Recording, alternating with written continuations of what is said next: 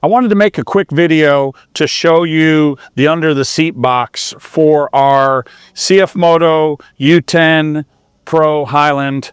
This box fits real easily underneath the front seat. We've got a bracket here that mounts it to the frame and the holes that are already there, so you don't have to drill any holes into your frame. It'll mount right to it.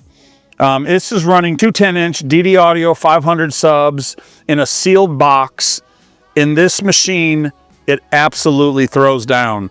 We made several revisions of this box to get the airspace and everything dialed in right, and it sounds absolutely incredible.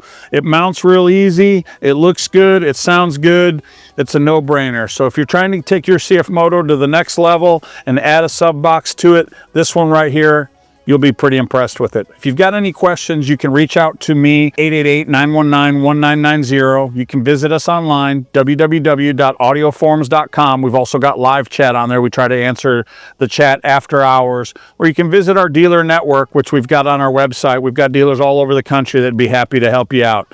If you found that this video is helpful, please click like and subscribe. That lets me know that maybe you got a little bit of good information out here and encourages me to keep making these videos. Have a great day. We'll talk to you soon.